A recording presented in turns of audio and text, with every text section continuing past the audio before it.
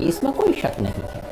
और मैंने ये भी कहा है कि चुनाव आयोग की भूमिका भी बहुत निष्पक्ष नहीं रही है। जिस तरह का उन्होंने नोटिस दिल्ली सरकार को दिया, कल जो एलजी ने काम किया, ये सब कोई निष्पक्षता के मायने नहीं है।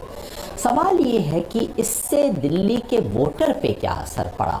आपको ध्यान होगा एक बहुत लंबे समय तक पश्चिम बंगाल में लेफ्ट फ्रंट की सरकार होती थी। सरकार दिन रात कहती थी केंद्र सरकार हमारे खिलाफ है, और केंद्र सरकार हमारे खिलाफ है ये कहने से उसके वोट बढ़ते थे, उसके घटते नहीं थे वोट। क्या इससे आम आदमी पार्टी का काम क्रिपल हुआ और उसकी वजह से जनता विमुख हुई?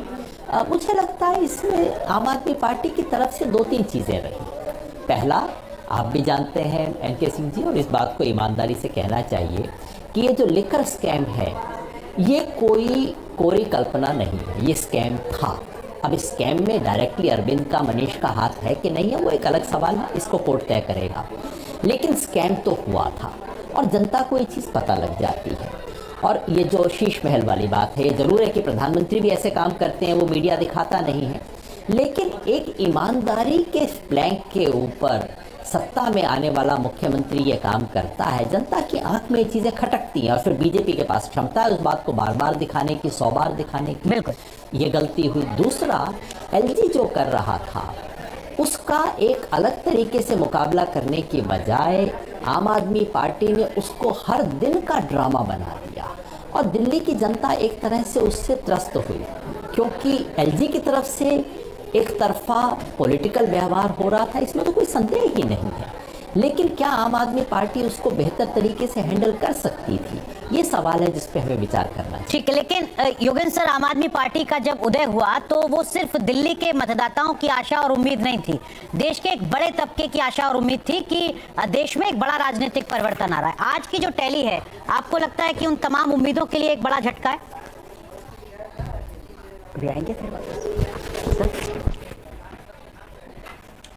देखिए, खाली टैली के आधार पे झटका नहीं है। टैली के आधार पे तो इतनी बात है कि लोकसभा चुनाव के 15% वोट जो पलट के बीजेपी से आम आदमी पार्टी की तरफ चले जाते थे, वो 15 की बजाय इस बार 6-7 हुए हैं। अपने आप में टैली, दो चुनाव, तीसरे चुनाव में 25 सीट आपको आ जाए, लगभग उतनी ही सीटें जो कि 2013 में आम आदमी पार्टी को आई थी, तो तकनीकी आंकड़ों की दृष्टि से बहुत ख़राब नहीं कहा जाएगा। लेकिन जब मैं आगे देखता हूँ और इसके परिणाम देखता हूँ, इनके सीजी बैठे हैं वो भी जानते हैं कि जो लोग आम आदमी पार्टी की टिकट पे जीत के आए हैं, इनमें से कितने लोग हैं जो कि आम आदमी पार्टी में टिकेंगे बावजूद इसके कि वो सत्ता में नहीं है, जबकि बीजेपी की तरफ से हर तरह की तिकड़म खेली जाएगी साम दाम दंड भेद पार्टी को तोड़ने के लिए, तो वो कितनी टिक पाएगी? गुजरात में आम आदमी पार्टी अपनी सफलता दोहरा पाए, ये मुझे संभव नहीं लगता। तो ले देकर दारोमदार केवल और केवल पंजाब पे आ जाएगा कि पंजाब में कैसे टिके, और पंजाब से बहुत अच्छे संकेत नहीं है आम आदमी पार्टी के लिए। तो कुल मिला के इस देश में जो वैकल्पिक राजनीति की एक संभावना खड़ी हुई थी आज से 12 साल पहले, 13 साल पहले, उस संभावना को झटका लगा है। और उसके लिए बीजेपी की तिकड़म, बीजेपी की आक्रामकता, बीजेपी की असंवैधानिक हरकतें तो जिम्मेवार हैं ही, लेकिन आम आदमी पार्टी और उसके नेतृत्व की जो मूल कमजोरियां रही हैं वो उसके लिए मुख्यतः जिम्मेवार है। सर, वो अक्सर कहा जाता है कि जमहूरियत में सर गिने जाते हैं। लोकसभा में बीजेपी को झटका लगा, सरकार भले बनी हो, लेकिन उसके बाद हरियाणा जीता, महाराष्ट्र जीता और अब दिल्ली भी जीतती नजर आ रही है। क्या आपको लगता है कि इससे भारतीय जनता पार्टी के जो कार्यकर्ता हैं, कम से कम उनके मनोबल में काफी ज्यादा इजाफा होगा, कॉन्फिडेंस बढ़ेगा बीजेपी का? 27 साल के बाद बीजेपी आ रही है दिल्ली में, इसमें कोई शक ही नहीं है, इसमें कोई शक नहीं है। देखिए, दिल्ली वैसे तो देखने में बहुत छोटा सा राज्य है, वैसे भी बीजेपी बैक सीट से तो दिल्ली को 2/3 तो रूल कर ही रही थी, एलजी के सहारे, तमाम दूसरी चीज़ों के सहारे, केंद्र सरकार का डायरेक्ट इंटरवेंशन भी था। लेकिन बीजेपी को टोटल डोमिनेंस चाहिए, उससे कम कुछ काम नहीं चलता। और आज की दिल्ली की जो जीत है वो उस टोटल डोमिनेंस को रीएनफोर्स करती है, उसे मजबूत करती है। आम आदमी पार्टी बीजेपी की और प्रधानमंत्री मोदी की आंख की किरकिरी थी, भले ही किरकिरी थी, भले ही सिर्फ एक रेत का दाना था, लेकिन वो आंख में था, वो चुभता था।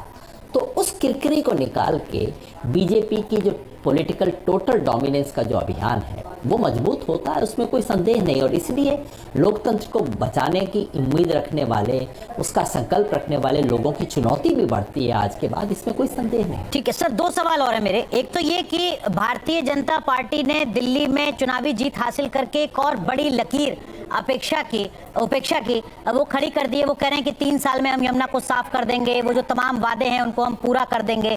क्या आपको लगता है कि इससे बीजेपी की भी चुनौती बढ़ती है अगले 5 साल में?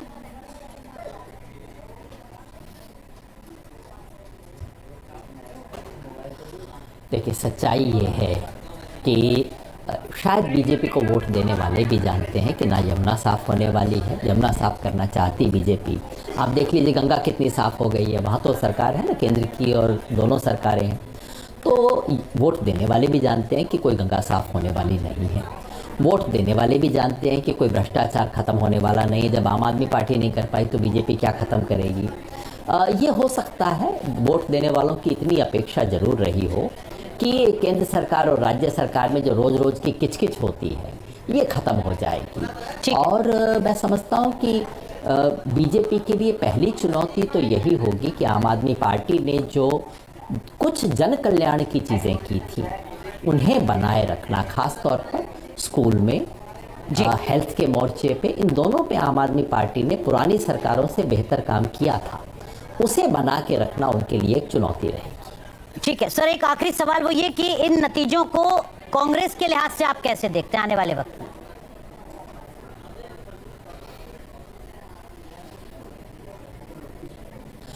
कांग्रेस के लिए निराशाजनक नतीजे हैं, क्योंकि कांग्रेस की उम्मीद थी कि उसको कोई 10-12% वोट आ जाएगा।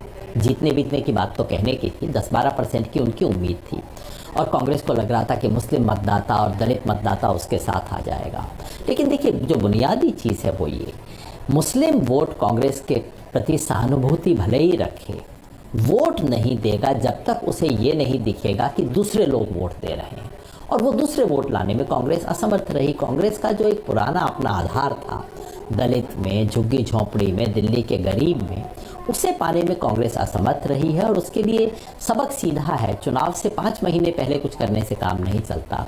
आपको 5 साल विपक्ष बनना होगा। हाँ, आम आदमी पार्टी के हारने से अब कांग्रेस के लिए ज़्यादा काम करने की गुंजाइश बनी है, बशर्ते कांग्रेस अगले 5 साल तक लगातार काम कर सके।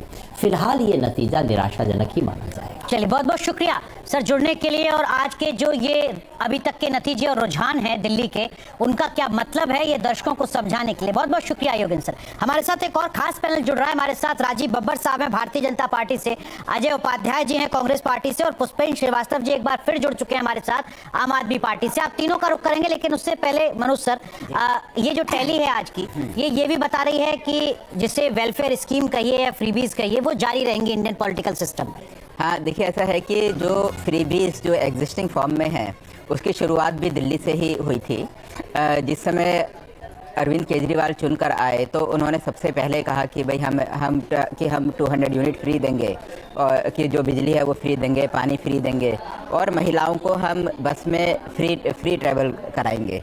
तो उससे क्या रहा कि फिर उन्होंने समझाया कि देखिए, इससे इतने हज़ार रुपये आपके एक महीने में बचेंगे, और अगर पूरे साल का देखें तो ये 12,000, 15,000, 20,000 जो भी वो था अमाउंट था। तो ये फ्री की शुरुआत वहाँ से हुई।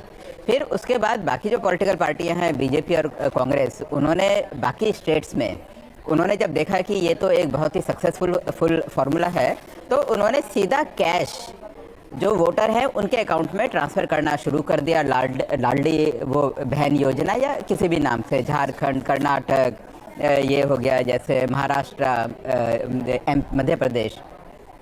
तो ये एक सक्सेसफुल फार्मूला हो गया। इसकी सबसे ज़्यादा प्रॉब्लम क्या है अनुराग, अगर हम दिल्ली की बात करें, दिल्ली में जैसा कि आम आदमी पार्टी ने कहा कि हम 2100 रुपये देंगे हर महीने महिलाओं को, और अगर लेट अस अज्यूम कि 35 लाख महिलाओं ने तो उस समय रजिस्ट्रेशन कराया था, अगर 40 लाख महिलाएं होती हैं तो मेरा जो कैलकुलेशन है वो ये है कि इसका 10,000 करोड़ रुपए का इम्पैक्ट एक्सचेकर पर पड़ेगा, हर साल पड़ेगा। ठीक है, ये चीज़ अपने आप में ही गलत है। इसका मतलब है कि आप बाकी डेवलपमेंट के काम कर नहीं पाएंगे। और जैसे शीला दीक्षित के टाइम पे काम हुआ था, सड़कें बनी, फ्लाईओवर बने तो वो सारे के सारे काम हो नहीं पाएंगे, नए स्कूल बने, नए हॉस्पिटल बने, वो सारी चीज़ें हो नहीं पाएंगी।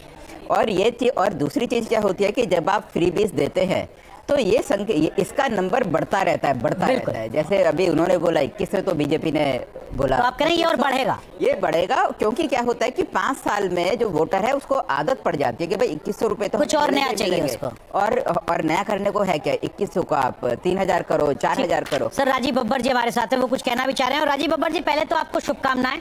46 सीटें आपको मिल रही हैं भारतीय जनता पार्टी को दिल्ली में। आपका 27 साल का वनवास खत्म हो रहा है। मैं समझता हूं कि कांग्रेस और आम आदमी पार्टी भी आपको शुभकामनाएं अब दे देगी, लेकिन इसके पीछे की बड़ी वजह क्या है? इस जीत का आधार क्या है? कांग्रेस का सक्रिय होकर चुनाव लड़ना, आम आदमी पार्टी को 5 साल तक काम ना करने देना, या बीजेपी का एग्रेशन से चुनाव लड़ना?